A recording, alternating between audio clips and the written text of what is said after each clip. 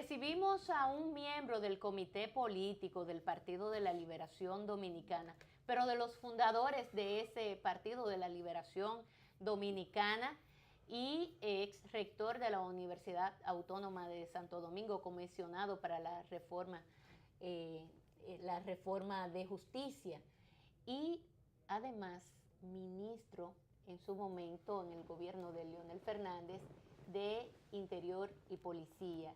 El doctor Franklin Almeida Rancière es nuestro invitado de lujo del día de hoy, a quien damos los buenos días y la bienvenida, doctor. Buenos días, el lujo es el mío, ¿no? De yo Buen estar día, con doctor. ustedes. Buen día. Buenos Doctor, días.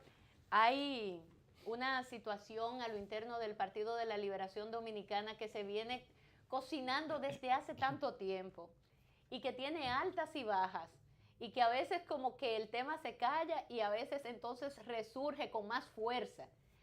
Y tiene que ver con la relación partido-gobierno, donde a veces no se entiende cuál es el rol que cada quien debe de jugar.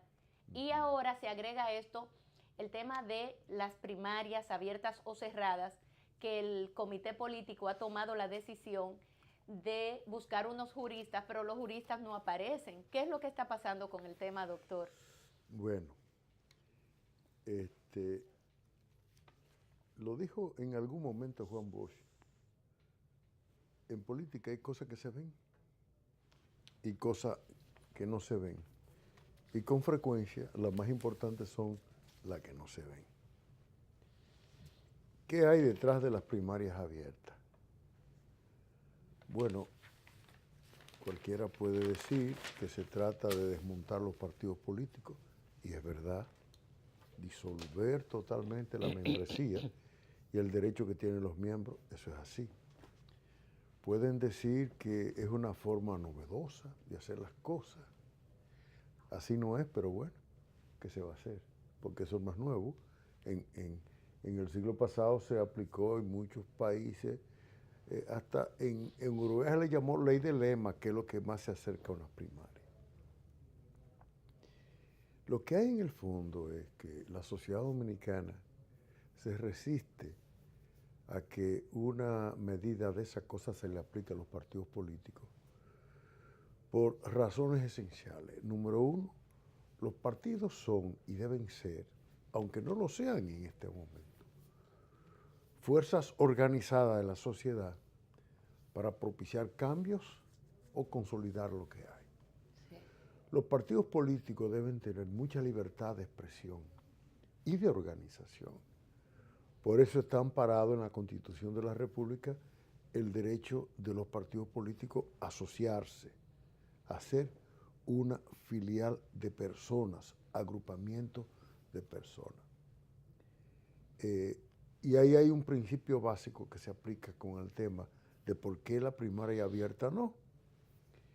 Ahora, el otro aspecto es que si debilitamos los partidos políticos,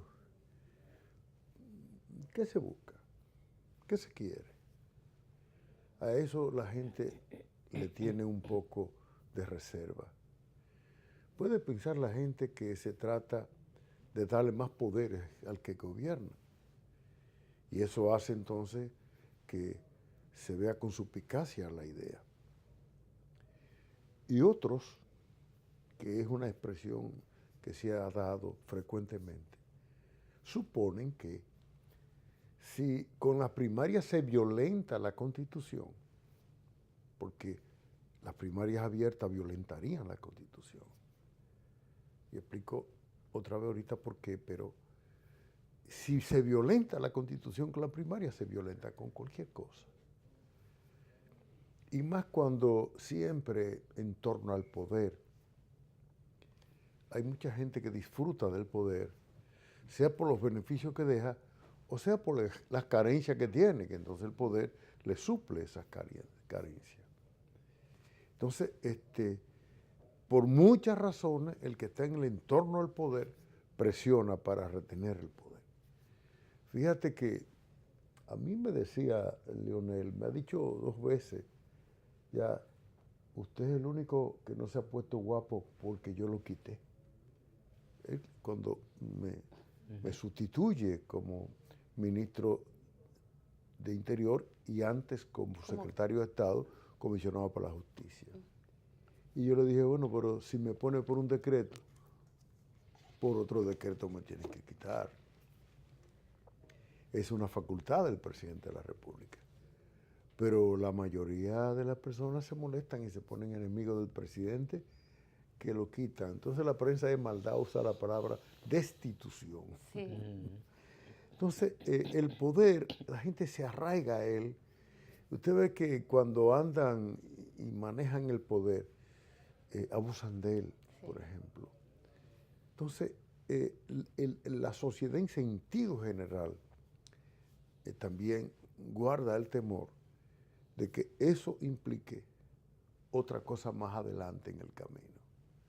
O sea, si ahora se violenta la Constitución con las primarias abiertas, sabiendo que la Constitución dice en el artículo 277, todas las decisiones anteriores a esta Constitución en materia de recurso de inconstitucionalidad fallado por el tribunal competente, que era en ese momento la Suprema Corte de Justicia, no podrán ser examinados por el Tribunal Constitucional.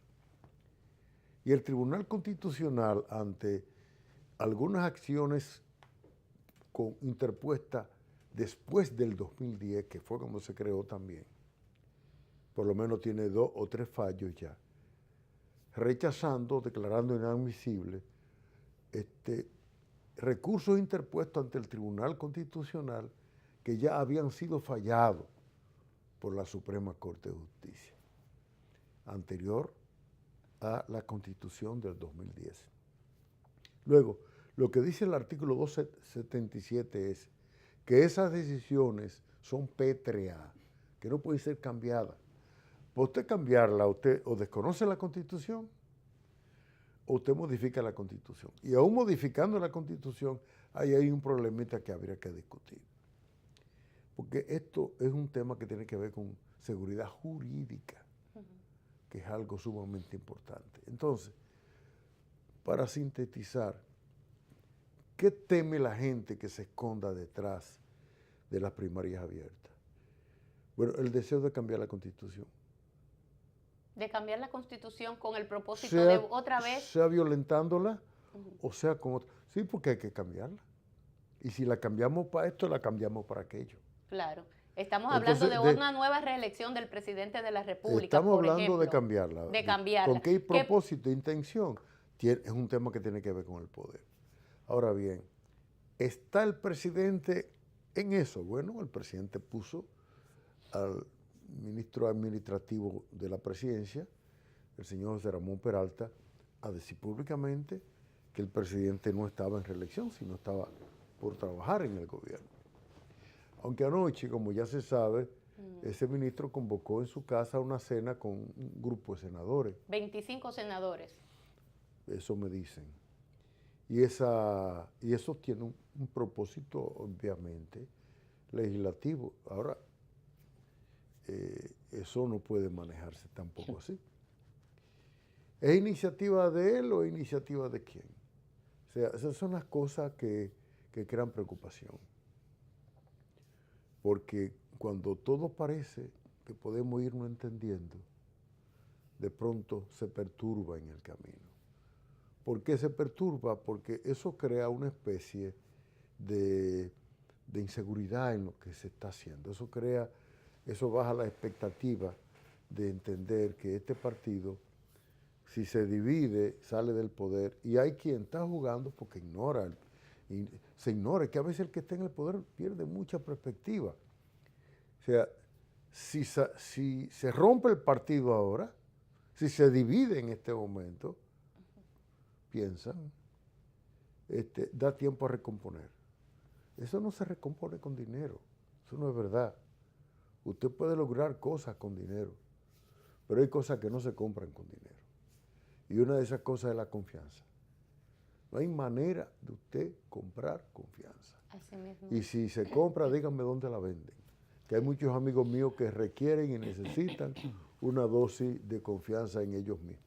Doctor, ayer este periódico trae que el señor Subero Isa volvió a ratificar lo que él había dicho antes. Dice, amparado en la igualdad, Tribunal Constitucional favorecería la reelección. Dice, ley de partido no se aprobará. Asegura que la reelección no está en la agenda del presidente, pero él insiste en que con el asunto este de la favorecería, ¿cómo es? La igualdad, Sí, que el presidente podría el repostularse. derecho de la igualdad. Ajá, Sí. que el presidente podría repostularse sin necesidad de una reforma a la Constitución, con solo el aval del Tribunal Constitucional. Bueno, en mi fuero íntimo yo estoy de acuerdo con un solo punto con Subero, y es que a mí me luce que el presidente no está por elegirse. Él sabe lo tortuoso y difícil que es ese camino, aunque en su entorno hay mucha disposición para eso. Y en lo que no estoy obviamente de acuerdo con él es en que el Tribunal Constitucional se haría valer de el derecho a la igualdad. Veamos eso. ¿Por qué existe la no reelección en muchos países? ¿O por qué existe solamente la elección consecutiva en muchos países? Entonces podemos decir que en Estados Unidos se violenta el derecho de un presidente, como Obama recientemente, O Bill Clinton. porque lo eligieron 2 veces. O sea, y por eso lo dejaron. ¿Y por qué no lo dejaron una tercera? Porque había una ley que se lo impedía. No, porque, excúsame, Lindsay, no, porque el derecho de la igualdad es invertido. Subero lo está poniendo invertido. Si yo compito con un presidente, no estamos en igualdad de condiciones. Claro. Él tiene ventaja sobre mí. Claro, tiene el poder en sus manos. El que tiene el poder crea una situación de desigualdad frente al candidato que no lo tiene. Eso es elemental. Por eso es que el tema de la reelección se limita tanto, porque el que ejerce el poder crea una situación de desigualdad frente Una desproporción. una desproporción frente a los que compiten. Claro. Entonces, no sé, el amigo Subero, yo no sé qué busca, qué pretende con estas declaraciones, porque hay declaraciones a veces entre abogados nuestros que yo no la entiendo. La verdad que no la entiendo. Bueno, pero todo el mundo habla de que Subero quiere volver a Bueno, las altas la cortes. gente colige eso, pero quién sabe. Yo no quiero interpretar por qué lo hace, porque también él tiene derecho a tener sus aspiraciones. Sí, fue presidente de la Suprema mucho tiempo, pero bueno. Ahora, sí quiero hacer en esto una puntualización. Algunos abogados se están prestando hasta para desdecirse. Si Subero fue presidente de la Suprema, si Subero estableció que las primarias con padrón abierta, y fue unanimidad que se votó ahí, es inconstitucional, él debe defender ese legado. Claro. Es un legado De su administración. de un organismo que él presidió. Sí. ¿Y por qué no lo defiende? Aquel dice que Danilo se puede reelegir con una modificación de esta naturaleza del Tribunal Constitucional. Bueno, por eso que la gente piensa que se está ofertando para ir al Tribunal Constitucional, Sí. porque al hacer una propuesta así está diciendo yo lo haría. Eso es lo que la gente entiende. Y yo no creo que las cosas sean exactamente así. Porque, por ejemplo, cuando Jorge Pras, el doctor Jorge Pras, Eduardo, dice, ¿verdad?, que como no se tiene un texto aprobado por el Congreso que pueda ser llevado al Tribunal Constitucional, no se puede decir que esas primarias abiertas son inconstitucionales. O sea, parece lógico, porque los abogados tenemos a veces una capacidad de lógica inmensa. Pero es que lo que dijo la Suprema fue las primarias simultáneas con padrón abierto son inconstitucionales. Y dio la razón. Entonces, ¿cómo tú le quieres, qué nombre tú le quieres poner? Tú quieres que, como aquí no hay prevención a la inconstitucionalidad, que es un organismo del Estado que se crea muchas veces para evitar eso. Tú quieres primero que se apruebe la ley y después que la llevan al Tribunal Constitucional y entonces, no, tú quieres, quién sabe cuántas cosas se quiere entre los abogados, que algunos de ellos tienen muy buenos contratos.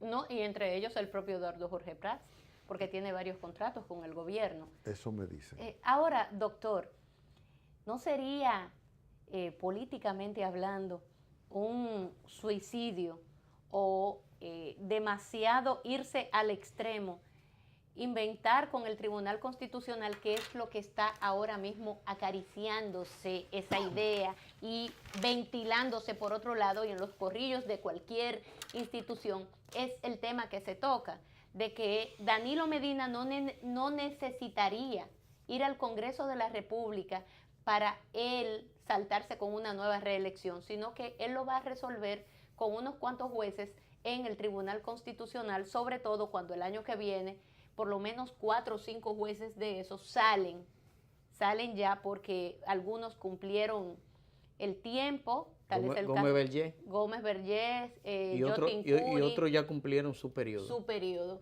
Y otros por enfermedad. Y viene una sustitución importante de todos esos jueces. Y si se logra unanimidad, hacer posible que ciertamente el derecho de la igualdad del presidente de la República No, se ponga... eso sería un tema, es un adefesio jurídico ese planteamiento. Lo que sí hay que tomar en cuenta es lo siguiente, y hay que estar atento, porque así como le he dicho a los compañeros de mi partido, vamos a entendernos, el camino está despejado. También le quiero decir que hay que mantenerse muy atento también en el proceso.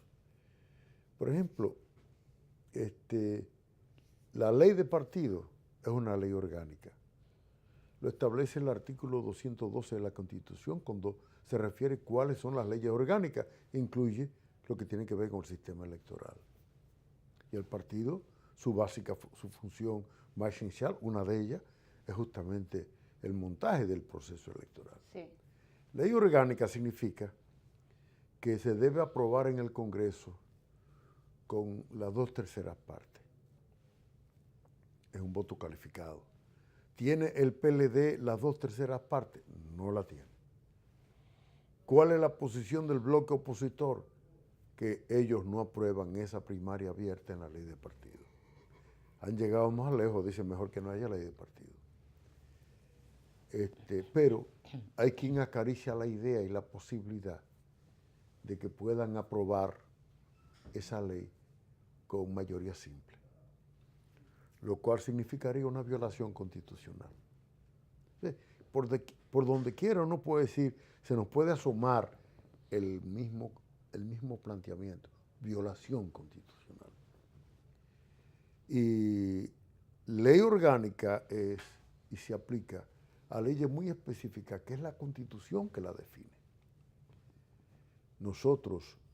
Si nosotros como partido aprobáramos esa ley de partido con primarias abiertas, bueno, hay quien dice estarían derrotando a Leonel. Y yo digo, bueno, pero Leonel lo que se ha opuesto es a primarias abiertas porque es inconstitucional.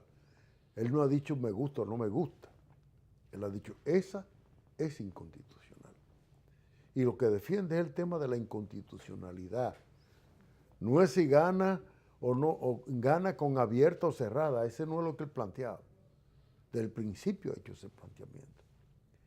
Entonces, si lo que hay es una violación a la Constitución, eso crea una reacción importante, un núcleo de la sociedad amplio, amplísimo. Ley orgánica es lo que se aplica en la ley de partido. Y si acaso están acariciando otra idea, debemos decirle que, bueno, no nos va a seguir pasando porque la sociedad tiene y debe estar atenta a este proceso político que le afecta o le beneficia a la sociedad dependiendo de lo que se haga. Ustedes ahorita hablaban de corrupción en el momento que yo entré. Lo escuché hablar de corrupción. Y por cierto, cuando venían de camino, vamos a un carril adecuado, un carril que vamos y está verde el semáforo, pero está entaponado del otro lado. En el momento en que ya se empiezan a moverlo delante, viene alguien, ¡pa!, y nos roba el carril. Wow. O sea, dije, tranquilo. Pero en este país hasta los carriles te los roban. O sea, es un tema que hay que poner la casa en orden. Sí. Y cuando yo digo eso, poner la casa en orden, estoy diciendo tantas cosas como decirle, miren, en la mitología griega, Zeus, 700 años antes de Cristo, su posición y planteo era orden, justicia. Tú dices, tan lejos como 700 años antes de Cristo. 2700 años ya de esta época de ahora. Sí. ¿Por qué? Porque en la divinidad ahí, expresada en Zeus, se hablaba de esos valores. Porque en las sociedades tienen que ser dirigidas por los que la dirigen con esos valores. Si este me roba mi carril, hay una autoridad que debe ejercer su función. Si aquel se roba la luz roja, debe haber una autoridad. Pero cuando esa autoridad trata de aplicar la regla y la norma, con una llamada telefónica ya está todo resuelto. Y así no puede ser. O sea, la casa se pone en orden desde arriba hacia abajo. Sí. En una familia, padre y madre son los responsables del orden del hogar. Y el orden no quiere decir arbitrariedad, por favor. Es respeto a normas establecidas. Tú lo decías, Lindsay, aquí en este país hay ley de enriquecimiento ilícito, ley de soborno, ley de lavado. Es más, se aprobó ahora mismo un reglamento de aplicación de la ley de lavado, por cierto. Sí. Ley que tiene que ver con licitaciones. Oye, tú tienes una serie... contrataciones. Después, ley orgánica en la Cámara de Cuentas, ley orgánica en la Contraloría. O sea, tú de pronto tienes una serie de cosas. Sin embargo, te va a tropezar con lo siguiente. ¿Quién aplica eso? Eso lo aplica el sistema judicial. Claro. Bueno, ¿y qué pasó en el presupuesto de la Nación este año con el sistema judicial? El porcentaje del PIB que le correspondía lo bajaron. Sí. ¿Por qué? Porque el gobierno no tiene dinero. Bueno, pero si queremos combatir la corrupción y asumir ese tema, tenemos que fortalecer el Poder Judicial. Y que el Ministerio Público no se preste para juegos politiqueros, porque esa es la otra cosa, ¿no? O sea, un Ministerio Público tiene que sujetarse a la ley. Un Ministerio Público no lo eligen como un diputado y un senador, lo designan dentro de una carrera también del Ministerio Público, ¿cómo no? Ahora bien, ese Ministerio Público tiene que sujetarse a la ley. Es la ley que tiene él que complacer, no la opinión de la gente. En el caso de Brexit, por ejemplo, a complacer a la gente. No, no, no. A la gente usted le escucha, le pone atención, la oye, ¿cómo no? Pero a la gente usted le dice, mire, la ley dice esto. Y esto es lo que estoy obligado a aplicar. La justicia, por igual. Aquí cuando usted quiere torcerle un brazo a un tribunal, usted hace una campaña pública, donde a veces el juez termina destituido, simplemente porque se resistió a atender esa campaña pública. Otras veces tardan en destituirlo cuando ese juez se ve complicado en muchas otras cosas. Pero, en resumen, lo que en ese punto estoy diciendo es que si queremos combatir la corrupción, hay que fortalecer el Poder Judicial. Ahí sí es verdad que se necesita dinero para fortalecer al Poder Judicial. En vez de bajarle, debiéramos de aumentarle el porcentaje del PIB, que está bien bajo, por cierto.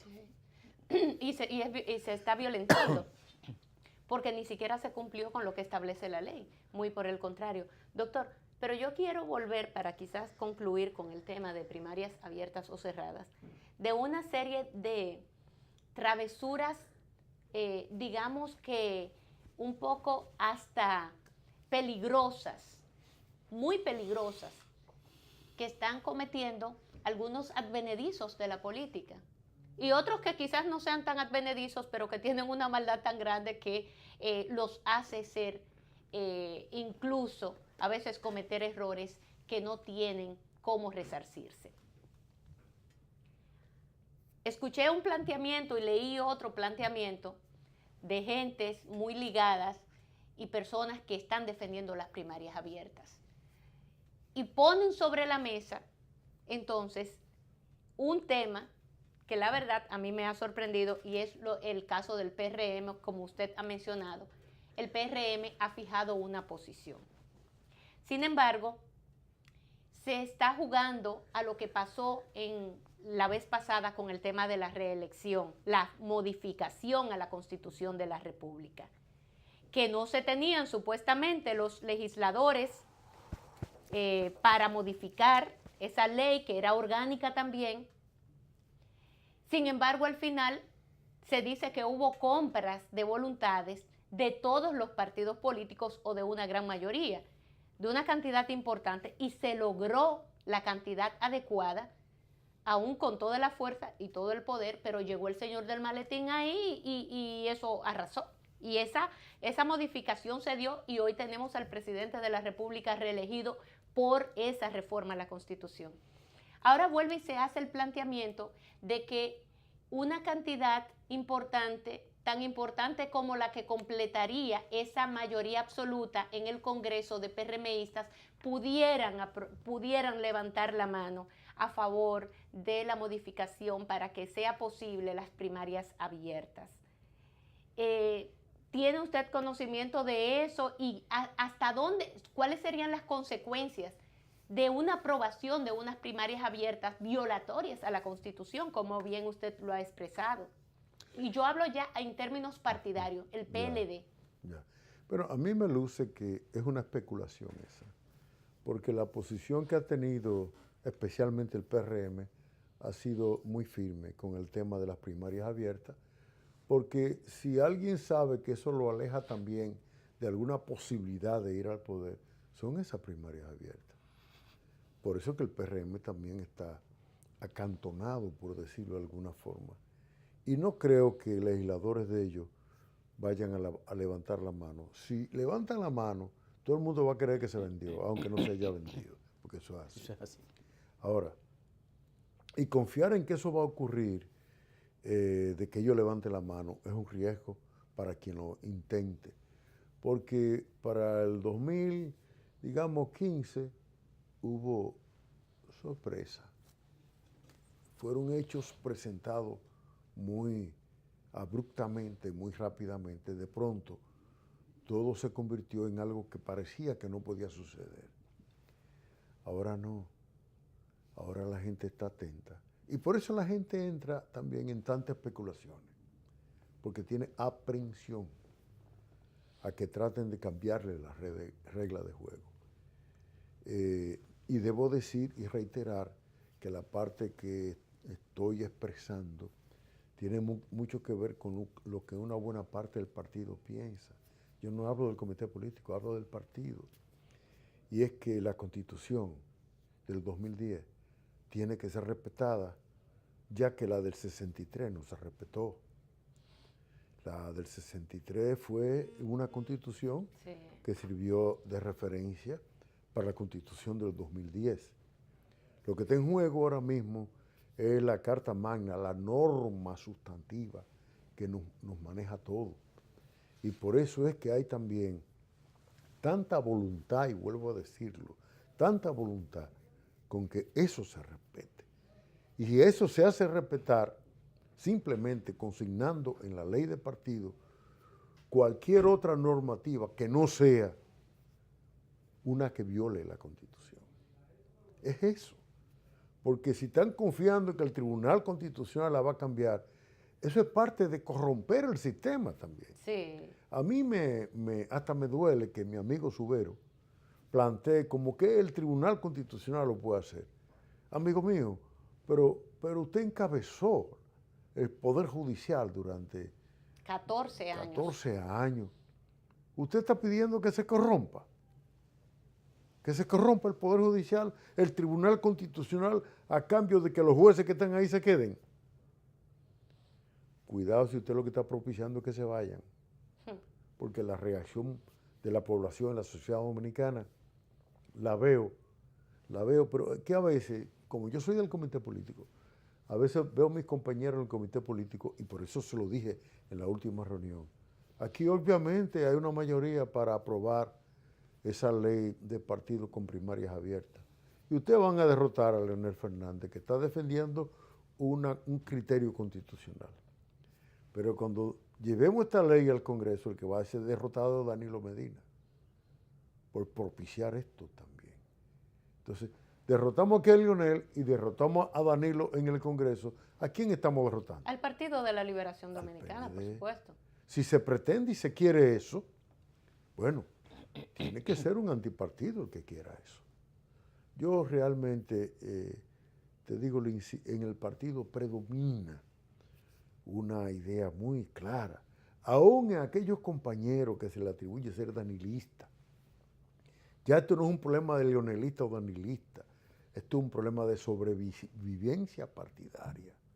Si no hay sobrevivencia partidaria, todos esos méritos que usted alcanzó en la militancia política, todo ese esfuerzo que usted ha hecho de vida, eso se derrumba. Hay muchos improvisados que llegan y hacen negocios de habichuela por aquí o supermercado por allá o cualquier cosa, en fin, en definitiva, pero el Estado que es usado para eso, sin embargo, el partido no puede ser usado para eso. Y es el partido el que se supone debe expresar su voluntad de gobernar. En la relación partido-gobierno hemos respetado el rol del jefe de Estado, pero pedimos que se respete el rol del partido, que lo encabeza el presidente Leonel Fernández y el comité político. Cuando usted ve que un ministro administrativo le convoca 25 senadores, no es por una fiesta de Navidad. En consecuencia, es una intromisión, donde según se me dijo, y no lo sé, estuvo presente hasta el secretario general. Entonces, él se está dejando dirigir por una persona que será buen negociante, pero muy mal dirigente político. Doctor, Stalin dijo una vez, yo estoy sentado sobre un tigre feroz y me bajo de aquí me devora. ¿Usted cree que eso es lo que se está dando en este momento aquí en el país? Esa imagen no la entiendo bien porque aquí ahora mismo el tigre feroz debiera ser la sociedad. Y nosotros estamos sentados sobre ella. ¿Nos devora? Si es la sociedad. Ahora, si te refieres a lo que está en el poder, te diré, no son tigres feroces, aunque lo parezcan. Porque la sociedad sobrevive a todo eso. Una nación se construye con largos años. Ahorita hablé del tema de la mitología griega, por ejemplo, y debo decir que esa sociedad griega tiene alrededor de 4.000 años de existencia. La nuestra tiene 3, cuidado si 2 siglos, no milenios, siglos. La sociedad dominicana se empieza a formar en el siglo XIX realmente. Sí. Siglo XVIII y siglo XIX. Toma forma en el XIX y ahí viene el tema de la independencia nacional. Pero estamos hablando de 2 siglos. En cambio, de allí estamos hablando de 4.000 años en Grecia, por ejemplo. A mí me llama la atención muchísimo por eso se habla del tema tanto de Grecia, ¿no? Porque es un tema clásico también. Sí. Pero bueno, ese no es el tema. Lo que yo quiero referirlo es al hecho de que aquella es una sociedad con una nación sólida. Nosotros somos una sociedad con una nación que su tejido social todavía necesita fortalecerse. Eso significa fortalecer las instituciones, eso significa fortalecer el Estado. Cuando se habla de Estado fallido, se habla de un Estado que no te funciona. A mí me decía alguna gente, a propósito de mi paso por Interior y Policía, Franklin, tú diste el ejemplo de que las instituciones tienen el tamaño de quien la dirige. Y no debe ser así. Las instituciones deben tener el tamaño que le compete. Pero una institución cuando se muestra débil, entonces es una institución también que tiene una expresión débil. Vamos a ver simple el tema. ¿Quién tiene que ver con la seguridad ciudadana? Se supone que tiene el ver Ministerio de Interior. El Ministerio de Interior. ¿Quién tiene que ver con el tema de la corrupción? El sistema judicial. Son instituciones que hay que fortalecer, para yo no hablar de otras. Cuando se habla del tema de la corrupción, que los norteamericanos te hablan de la competitividad, por ejemplo, es que su campo especial es ese. Ellos quieren competir en el mercado y que no haya soborno para que a ellos no le ganen licitaciones. Excepto que si son ellos que lo hacen, bueno, y lo pueden disimular, bien. Porque yo no he visto una sociedad en su sistema más hipócrita que el norteamericano. El norteamericano te negocia la justicia, negociada. Y ha traído el criterio, inclusive estos países de América Latina, con el tema del Código Procesal Penal. Tú me dices y yo te favorezco bajándote la pena. Sí.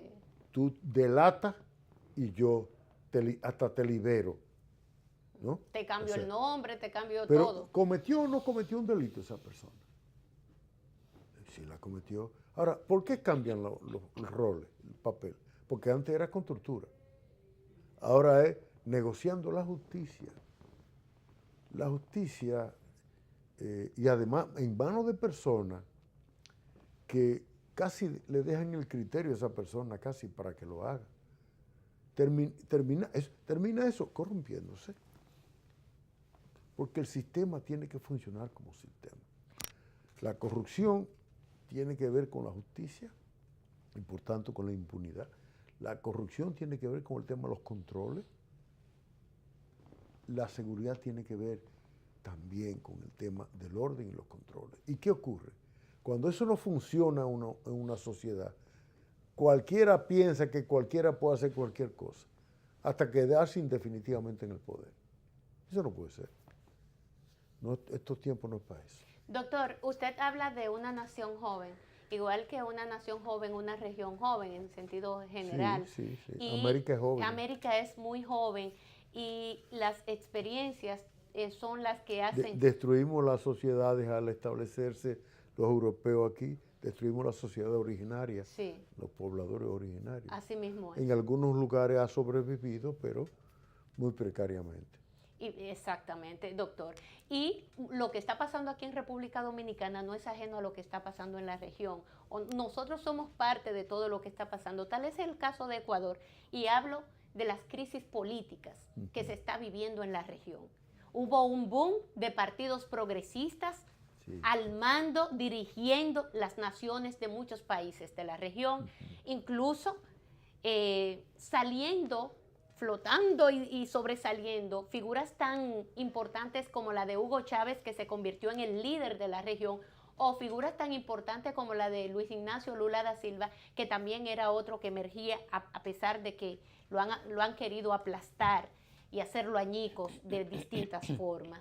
Ahora mismo, no, por más liderazgo que Lula tiene, no ha podido sacar la cabeza porque está imbuido en temas de su partido y de él mismo. De la justicia. Y de la justicia. Ahora, en el caso de Ecuador, por ejemplo, doctor, en Honduras se está celebrando la asamblea, la 35ª asamblea de la COPAL.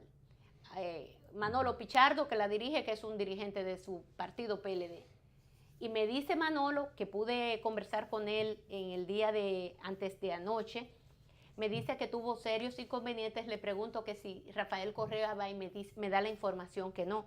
Rafael Correa, que había dicho que sí, que iba a participar de esta asamblea, terminó suspendiendo su viaje. Pero lo propio, todos los miembros de Alianza País, porque hay una crisis política muy seria en Alianza País, en Ecuador. Pero si nos vamos a varios países de la región, lo mismo. Lo que acaba de ocurrir en estas elecciones donde se va para el 17 de diciembre en Chile. ¿Por qué? Porque no hubo una cohesión fuerte de los partidos progresistas y tendrán que irse con una coalición si se quiere ganar las elecciones, por ejemplo. Hay una división y unas crisis internas que están siendo el ABC de estos países de la región. ¿Qué es lo que está pasando, doctor?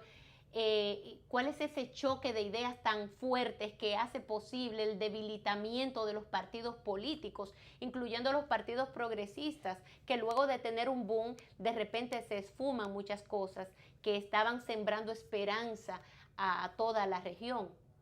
Bueno, cuando va mal la economía, va mal la política.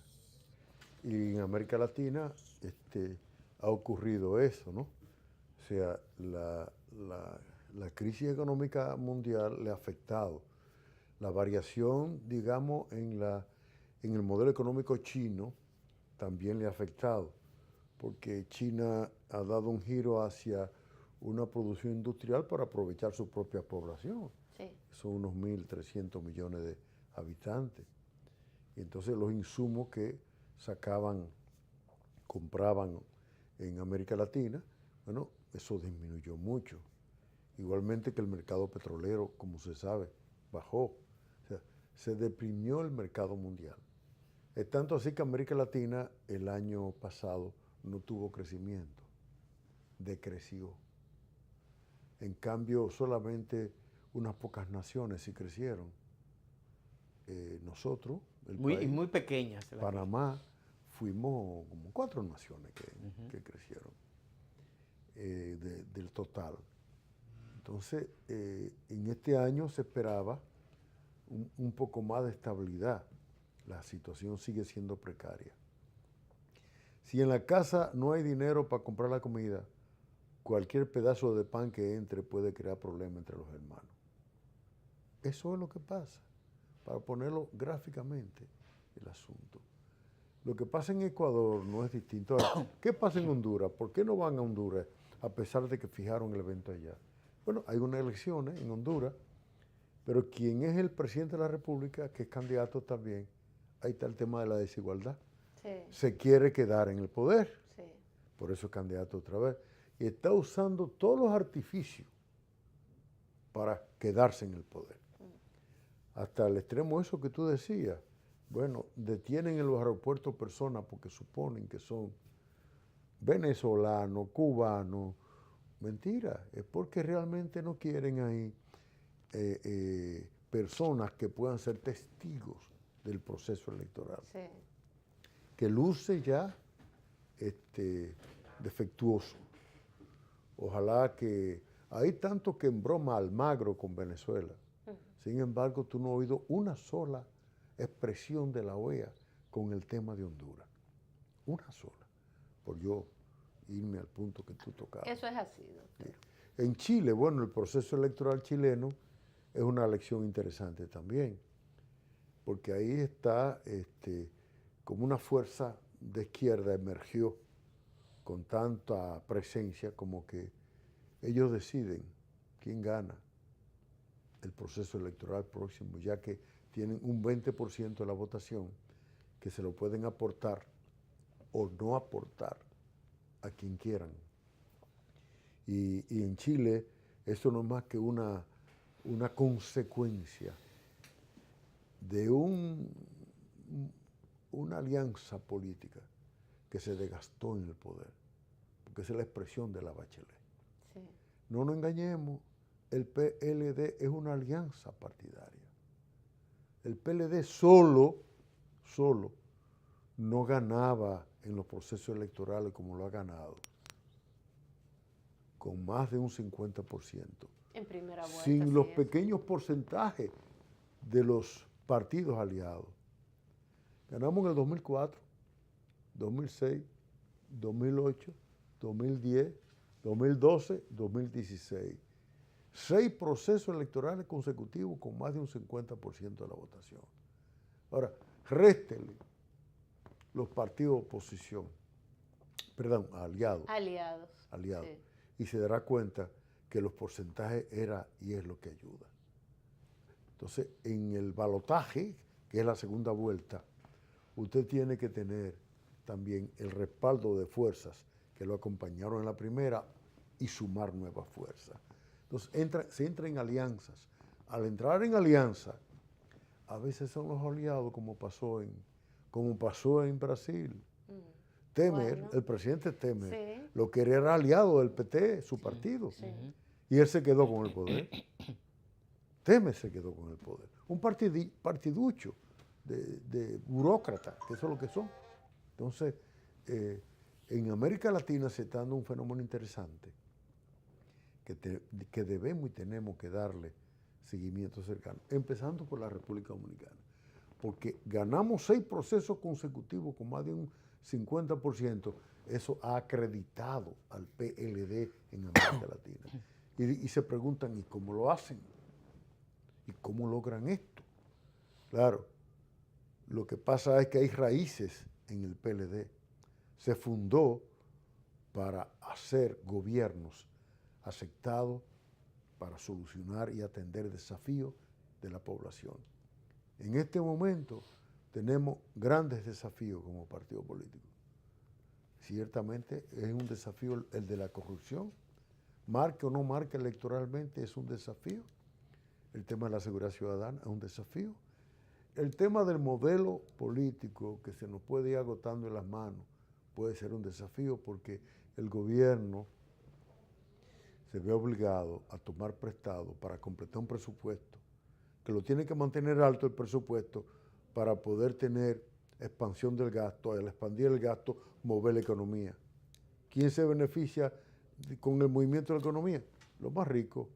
¿Están ellos tributando? No, son los que menos tributan realmente. Entonces, esos tributos tienen que ir al Estado para políticas públicas, para poder superar situaciones de exclusión social, por ejemplo, de desigualdad, porque la desigualdad no solamente es el tema de una población marginada, empobrecida, es la diferencia que usted puede tener entre una persona acomodada y usted que, vamos a decir, clase media, en cuanto a la educación de sus propios hijos. La educación pública tiene que ser distinta, la salud tiene que ser distinta. Traficar por la calle, transitar por ella debe ser diferente. Doctor, usted no es economista, pero yo le voy a hacer esta pregunta. Decía el director ejecutivo del CONEC que él favorece una reforma tributaria, pero que las excepciones fiscales no se deben desmontar, las excepciones fiscales que tienen los grandes grupos económicos, no se pueden desmontar en corto plazo, que tiene que ser una especie de actividad en el tiempo. Sin embargo, el país tiene un déficit presupuestario de más de 200,000 millones de pesos que en el futuro en algún momento puede llevar a una crisis de deuda. Usted que es un político veterano, ¿cómo usted ve este factor dentro del país? Bueno, hay varias cosas juntas. Lo primero es, las exenciones son 200,000 millones de pesos. Se acerca a lo que es la diferencia presupuestal. Pero además a eso se le llama gasto fiscal, justamente, en el caso de las exenciones. ¿Por qué el CONEP no quiere? Porque afecta a empresas de su sector, por ejemplo, turismo, transporte, construcción y otras áreas donde se dan este asunto de las exenciones. Combustible, tiene que ver con el transporte, por eso hablé. Y CONEP es una pirámide empresarial. Claro. Y ellos tienen que, como asociados, defender a sus agremiados. Y es lógico. Por eso es que cuando ellos piden pacto fiscal, ellos quieren discutir con el Estado qué pagan y qué no pagan. Pero se llama impuesto, se le impone a una persona el tener que pagar, sea quien sea la persona. Y eso no es, se negocia, sin embargo, muchas veces, por ejemplo, para desmontar las exenciones o el gasto fiscal, eso no se puede hacer de golpe tampoco. Es más, para tú aumentar la presión tributaria, en América Latina la presión está en un promedio casi de 23 ya. Y aquí está, bajó a un 13.3, 13.8. Bajó de 14, sí. Sí. Aquí, para llevarla siquiera a 23, hay que hacerlo gradualmente. Ahora, cuando quieren hacerlo sobre la base de que el ITEBI sea ampliado en la base, eso significa que más productos paguen impuestos. Y eso es inaceptable, porque el ITEVI es regresivo. El ITEVI es, a nosotros tres nos cobran ese impuesto ITEVI después de haber pagado impuestos en nuestro salario y en nuestro contrato y en nuestra actuación. Tenemos que pagar ITEVI, que lo pague el que adquiere artículos suntuarios, pero no se le puede aplicar a todo o a una parte importante de la mercancía que consume la población. Lo que pasa es que es un medio fácil para que los empresarios no paguen impuestos, lo pague el pueblo. Sí. Y lo paga a través de ellos, con el agravante de que con frecuencia retienen el ITEVI, no lo entregan y no lo declaran al Estado. Bueno, la evasión, por eso la evasión ha aumentado tanto. La evasión fiscal. La evasión fiscal, que es un desafío grande que tiene el gobierno también, doctor. Leonel Fernández. Hemos visto un Leonel Fernández en estos últimos tiempos un tanto distinto, con un estilo donde definitivamente se está adaptando a una nueva forma también de hacer comunicación, donde el político tiene que ser más activo, más reaccionario, más rápido en sus declaraciones, más en línea, online en inglés. Doctor, usted es un ejemplo de ser un usuario muy asiduo a las redes sociales. Usted es un tuitero del carajo, como dicen en buen dominicano. Lo vemos tuitear bastante. Pero Leonel también en los últimos tiempos, pero no solamente es el tema del tuiteo, es un Leonel Fernández que responde a temas del momento, no está esperando que si va a llover, que si está nublado. Un Leonel renovado en ese sentido, contestándole a Bernardo Vega de la manera en que le contestó, que eso no fue un boche fino, no, eso fue un boche en buen dominicano. Pero lo propio pasó con su esposa, Margarita Cedeño de Fernández. Se vio agraviada ella o se sintió agraviada por un miembro del comité político, un compañero de ella. Ella se molesta, reacciona, pero sale su marido a defenderla también. Dice, espérate, este pleito, Margarita, yo lo voy a echar porque es con un hombre que tú estás aquí. ¿Qué es lo que está pasando con ese Leonel renovado que está mandando una imagen distinta a la población y que la población misma también está pidiendo eso de Leonel Fernández? Y un hombre que luce para el 2020 será el candidato indefectiblemente del Partido de la Liberación Dominicana, o yo no sé si el del PLD, pero va a ser un candidato para las presidenciales del 20. ¿Cómo que tú no sabes si por el PLD? Bueno, porque sí. Ustedes como están tan mal, cuando viene a ver se le agrupa un grupo de partidos políticos y no solamente es el PLD, sino que lo lleva toda una coalición. Mira. Yo he hablado con algunos dirigentes de otros partidos que dicen que solamente están esperando que Leonel se ponga en eso, sí, para darle sus siglas también. Es el tema de las alianzas ese, sí. Pero no, mira una cosa, Leonel ha sido 3 veces presidente, pero Leonel fue sometido a un proceso de árido, agrio, de críticas fuertes y descalificativos y descalificaciones, que para mí lo endureció. Lo endureció no es la palabra, lo templó. El Leonel Fernández que dejamos en el 2012 cuando entregó el poder, no es el Leonel Fernández de hoy en día. ¿Qué cambió? Mi apreciación es que él se ha templado y vemos en él una fortaleza muy importante, eso es lo que yo veo, donde Leonel sabe que lo más importante en la historia es el legado que pueda dejar. Leonel no es un hombre que tiene miedo, nunca ha tenido miedo político, nunca, que yo sepa, y estando compartiendo con él o cerca de él. Ahora, en este momento, Leonel está jugando un rol que es un rol prudente, pero en camino seguro. O sea, él tiene un trayecto a seguir, y eso a veces gente joven no lo puede entender. Si depusieron a Juan Bosch, que fue el fundador del PLD en el 63, y con él la Constitución, si el pueblo dominicano, un año y algo después, produce la Revolución de Abril para el retorno de esa constitución. Y eso dio lugar a una intervención militar norteamericana, inclusive. De ahí para acá, nadie nunca más en este país se atrevió a hablar de golpe de Estado, por ejemplo. Ahí hay una lección histórica. Ahí hay un hecho histórico que marca la sociedad dominicana. Y si en este momento, y vuelvo al temita, se quisiera variar esa constitución, yo no sé lo que pueda pasar. Y Leonel sabe, que él no me lo ha dicho, pero lo sé que él lo sabe, que eso es así.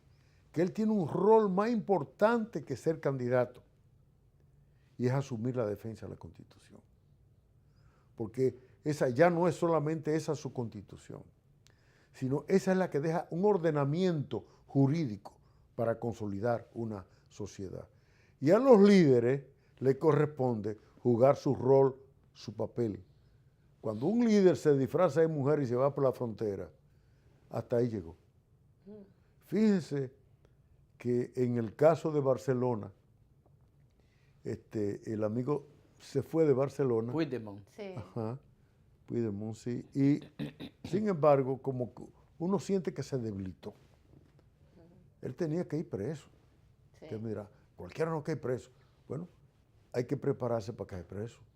Claro. Si usted está liderando un país, usted tiene que prepararse como Mandela duró como 27 años preso y después de eso fue presidente de su país. Sí, y Leonel, cuando en el 2002 trataron de hacer una musaraña, digamos, judicial, él fue a constituirse en prisión. Sí. Aquí estoy, métame preso. Entonces, un dirigente político tiene que entender, y él lo entiende, que es la expresión de la sociedad y que la sociedad espera por él. Y si él no responde, la sociedad se diluye, se descompone, hay problemas. Yo creo que la oportunidad histórica de Leonel está la mayor. O sea que Esta es la Leonel más está importante. respondiendo a un llamado que le está haciendo la propia sociedad y el PLD. Más que un llamado histórico, digamos, Un llamado y a una necesidad de la sociedad.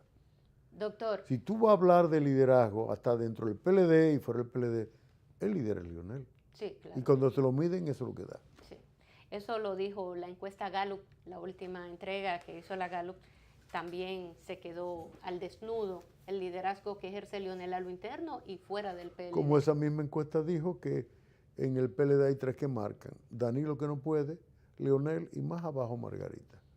Eso lo hace candidato, pero él no está planteando eso, porque él está centrado en el tema constitucional. Gracias al doctor Franklin Almeida Rancière por su visita en el día de hoy. Muy atinada la visita del doctor Almeida. Oportuna. Muy oportuna porque sobre todo en estos momentos para poner en claro algunos temas y algunas escaramuzas que hay por ahí y unos chismes que andan sonando por allí. Alexander. Hasta ¿será mañana y hasta feliz mañana? resto del día. Feliz fin de semana para usted, compañero, Igual, hoy es jueves. Feliz día.